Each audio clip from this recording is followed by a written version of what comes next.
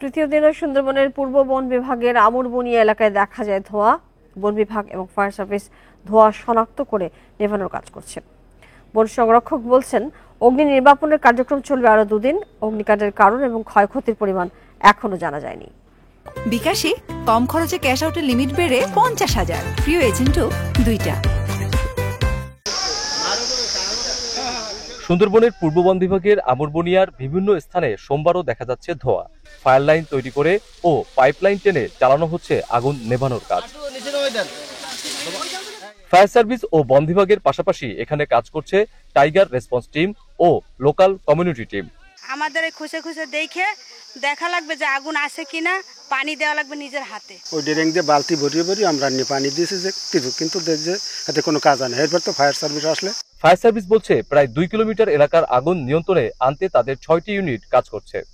নির্বাপনটা একটু সময় সাপেক্ষ ব্যাপার, যেহেতু বুস্ট ফায়ার, যে একটু টাইম লাগবে আমাদের।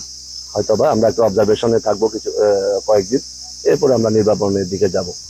বন সংরক্ষক বলছেন, আমুরবনিয়া এলাকার 5 একর জায়গা ড্রোন মনিটরিং এ আছে।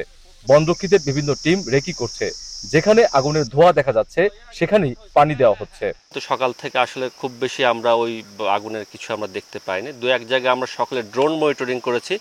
ড্রোন মনিটরিং এর মাধ্যমে শুধু একটা জায়গায় আমরা ধোঁয়া দেখতে পেয়েছি, সেটাও কিন্তু আমরা পরবর্তীতে নিভিয়ে ফেলেছি। সুন্দরবনের আমুরবনিয়া এলাকার বহু বলাগাছ আগুনে পুড়ে গেছে। প্রাকৃতিক নাকি মানুষ সৃষ্ট কারণে সুন্দরবনে এই আগুনের সূত্রপাত তা এখনো জানা যায়নি। তদন্ত কমিটি তদন্ত চলছে। প্রতিবেদন পেলেই জানা যাবে ক্ষয়ক্ষতির পরিমাণ সহ আগুনের সূত্রপাতের কারণ। অভিজিৎ পাল, ইন্ডিপেন্ডেন্ট নিউজ, সুন্দরবন, বাগেরহাট।